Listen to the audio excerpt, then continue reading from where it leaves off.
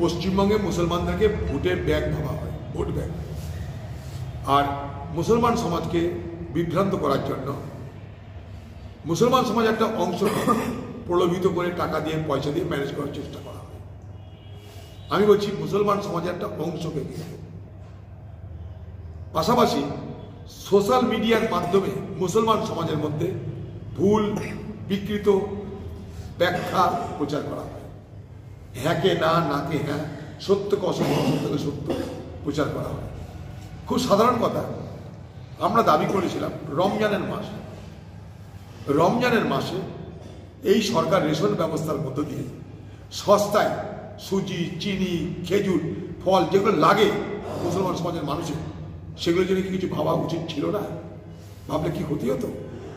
রোজা তো সবাই করে না, হিন্দু সমাজ তো রমজান করে না। একটা সমাজের একটা অংশ তারা রমজান করে, তাদের অভাব আছে, তারা পারে না জোগাড় করতে, তাদের ইফতারির খরচ সবাই জোগাড় করতে পারে না। তাই আমরা দাবি করেছিলাম যে রমজানের সময় ঈদগাতে যাতে আলো দেশ সাজানো হয়, কোনো ক্ষতি ছিল না।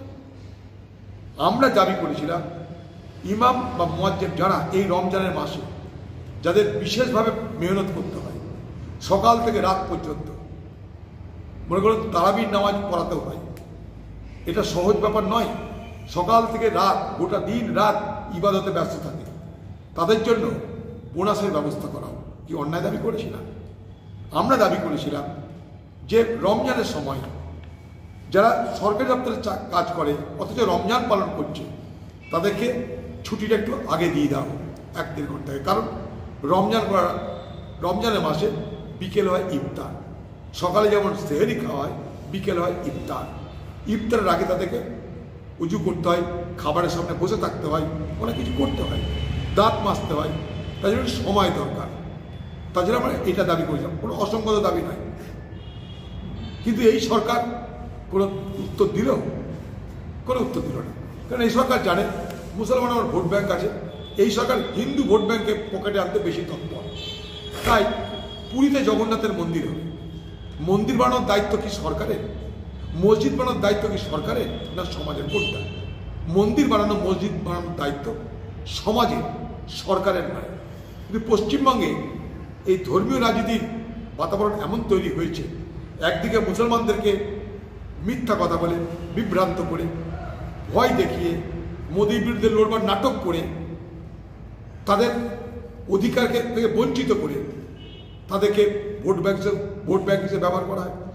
আমরা দাবি করেছিলাম যে ওয়াকফ সম্পত্তি পশ্চিমবঙ্গে কত আছে, 1,48,200 ওয়াকফ সম্পত্তি, তার তালিকা প্রকাশ করে সেখান থেকে কত রোজগার হয় আমরা জানতে চাই।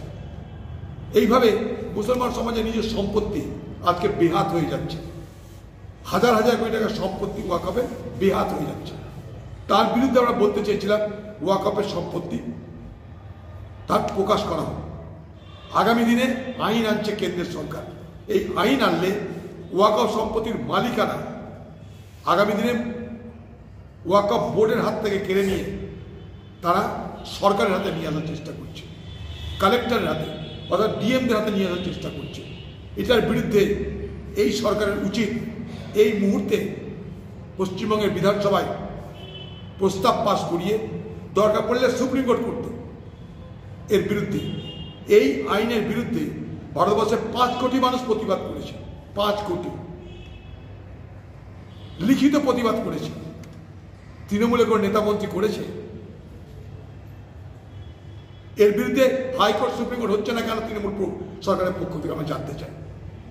অতএব মুসলমানকে শুধু ভোট ব্যাংক নয়, সামাজিক মর্যাদা, রাজনৈতিক মর্যাদা এবং অর্থনৈতিক মর্যাদা সব কিছু দেওয়া দরকার, এটা আমরা মনে করি।